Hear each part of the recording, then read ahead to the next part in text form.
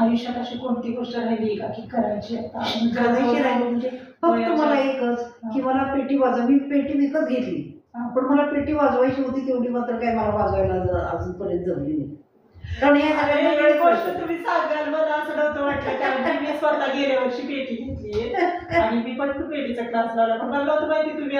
मला सांगाल की हे राहिले सरांनी मला त्यांचा आता तुम्ही म्हटला ना सुतार सरांनी जेव्हा आम्ही शाळेत होतो ना म्हणजे गाणी म्हणून असायची त्याच्यात तर मला ना ते पेटी वाजवायची ना तेव्हा त्यांचे ते हात आणि बोट असं वाटायचं नाही मला ती गोष्ट आली पाहिजे म्हणजे तो आपण म्हणतो ना एक तुमचा जसा भिन्याचा छंद तसं ते मला ते शिकायचं होतं म्हणून मी गेल्या वर्षी पेटी विकत घेतली दिपवाळीच्या आणि मी क्लास लावलाय. पण तुम्ही जे म्हटलं ना मला नव्हतं माहिती की तुम्ही म्हणाल माझं ते शिकायचं राहिलंय म्हणून ते केवळ सुतार सरांच्या सुतार सरांनी मला ती ह्याला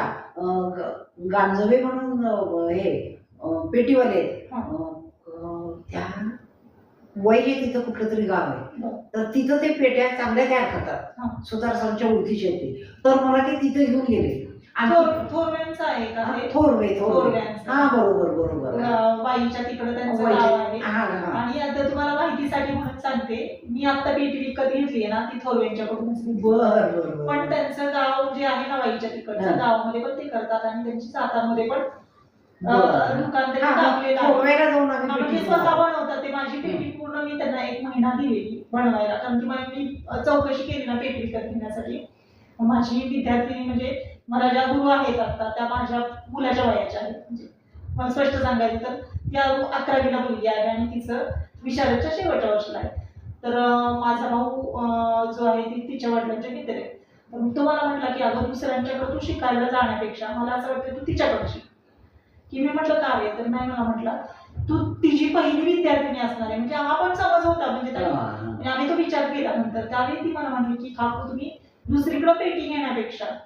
त्यांच्याकडे बनवून घ्या की त्या बाहेर पण देतात पेटी. मी स्वतः गेल्यानंतर मला तिथं कळलं की ते तबला बनवण्यासाठी 1 महिना घालवतात पेटी बनवण्यासाठी 1 महिना घालवतात म्हणजे ह्या गोष्टी कळायला खूप आपल्याला म्हणजे जेव्हा आपण बाहेर पडतो तेव्हा त्या कळतात. जसं तुम्ही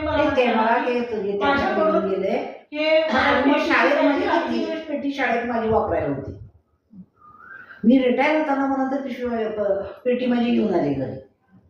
आपल्या भजनी मंडळाला वगैरे पागाखाली भजन चाललेलं असायचं त्याला पेटी घेऊन जायची वापरायला. बाई पण सुतारबाई पण वाजवायच्या छान वाजवायच्या आपण म्हणजे आम्ही प्रॅक्टिसला एकदा 2दा गेली ना छान म्हणजे मला वाटतं माहिती तुम्हाला पेटी शिकायची राहिली ते माझी राहून गेली शिकायची. आता आई इकडे आणली श्रीपादनं परवा गेला त्याला पण आता खाली पांडेवर बसता येत नाही.